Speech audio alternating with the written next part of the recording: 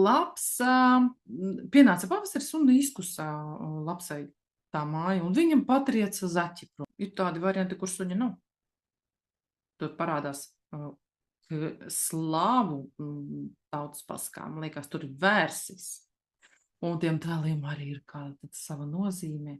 Tātad gailis ir tas, kas patriec to lapsu, ja, atnāk tur vērsis, atnāk suns, atnāk, kas tur vēl ir, un patriec to lapsu prom. Kaimiņos dzīvojuši zaķis un lapsa. Zaķim bijusi nesmuka tāšu būdiņa, bet lapsai smuka ledus būdiņa. Ja, šeit ir tā būda. Atnācis pavasaris ar savu siltumu un izkausējis lapsas būdiņu. Ja, un tad viņa patrieca to. Tā, un kas te nācis? Te nācis ilgs, solīja izdzīt, neizdzina. Kā lēkšu, kā visus izsviedīšu, tā lapsa saka. Aizmirsu, kur manā bērnībā Oma lasīja. Gribu izlasīt puikam. Latvieši, jā, latvieši. Arī krievu, arī ukraiņiem, arī baltkrieviem. Un daudzi latviešu autori ir rakstījuši par latviešu pasaku ciešo saikni ar slāvu tautām. Mums ir ļoti līdzīgas pasakas, vispār identiskas. Tikai tur ir ausis, šeit ir kukulis. Tur lapsā mums ir cūka.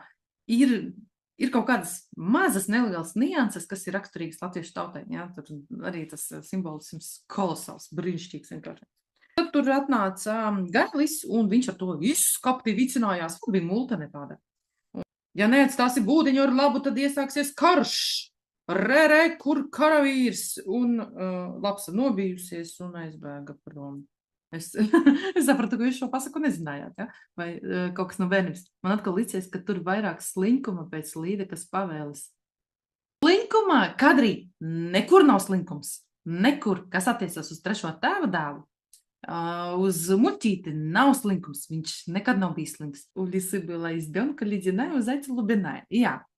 Jā, tā ir tā pasaka. Bet, skaties, Marina, krievu tautas pasakā, tur ir vērsis. Tur ir lācis, vilks un vērsis.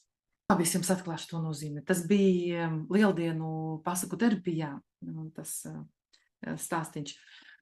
Lācis simbolizēja janvāri. Atnāca janvāris, dzina, lapsa tā ir nāve, atcerieties, jā, ar to kukulītis saikni. Nāve, sals, ziema.